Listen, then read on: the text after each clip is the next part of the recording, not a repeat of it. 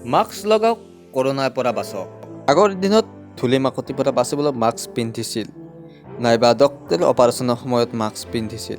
কিন্তু বৰ্তমান মানৱ জীৱনত মাস্ক এটা অপৰিহাৰ্য অংশৰূপে পৰিগণিত হৈছে।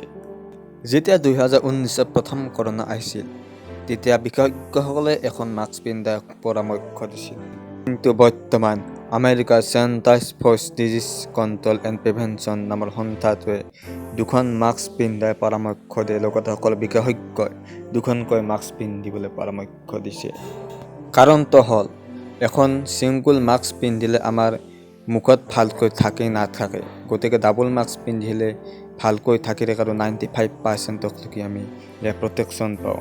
দ্বিতীয়তে, যোৱাবাৰতকৈ এইবাৰ অলপ ভাইৰাছটো বেছি শক্তিশালী। গতিকে ইয়াক বাধা দিয়াৰ কাৰণে আমাৰ ডাবল মাস্ক যথেষ্ট প্ৰয়োজন।